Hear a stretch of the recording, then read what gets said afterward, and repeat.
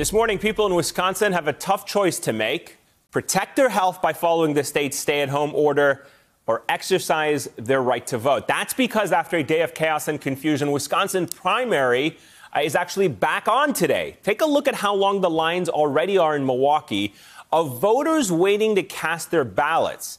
It comes after two top courts sided with Republicans Monday, blocking the Democratic governor's efforts to delay in-person voting until June and the deadline for absentee balloting. This morning, the U.S. Surgeon General's advice to voters: don't forget your face masks. If people are going to go out there and vote, then please do it as safely as possible. Maintain 6 feet. Please, especially in Wisconsin, consider wearing a cloth facial covering to protect your neighbor.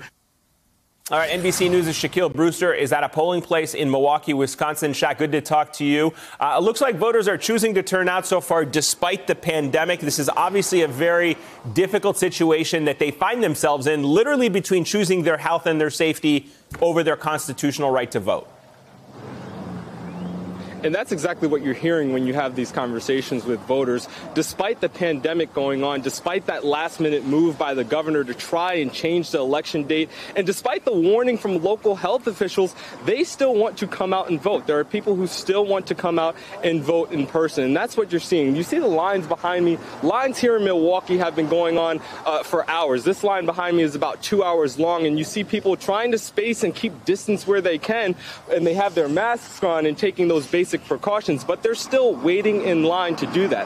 That's on the outside. On the inside, what you're seeing are poll workers trying to enforce those best practices of social distancing and also the health and sanitary measures. Voters, when they go into the door, they're provided with hand sanitizer. When they go in, there's tape on the ground helping them keep that 6 feet of distance, that 6 feet separation with everyone. There's a little tangle that you see as voters provide their voter ID, then take a step back and the poll worker reviews it, and then they go back and pick up that ID.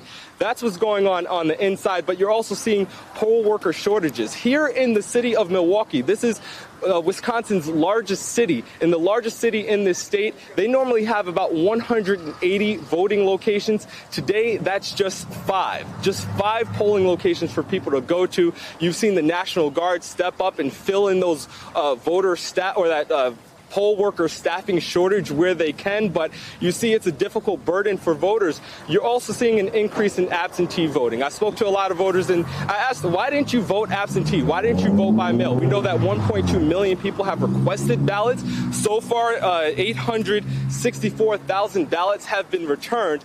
But many people who have come out today, they said they tried to vote absentee. Right. They filled out that application. They said their ballots were returned, but they just simply didn't get them, or there was an error with the ballot, so that forced them out. So you're seeing people really have to contend with both this national emergency, this pandemic, this crisis going on, but also a deep desire to fulfill their constitutional duties. Thank you for checking out our YouTube channel.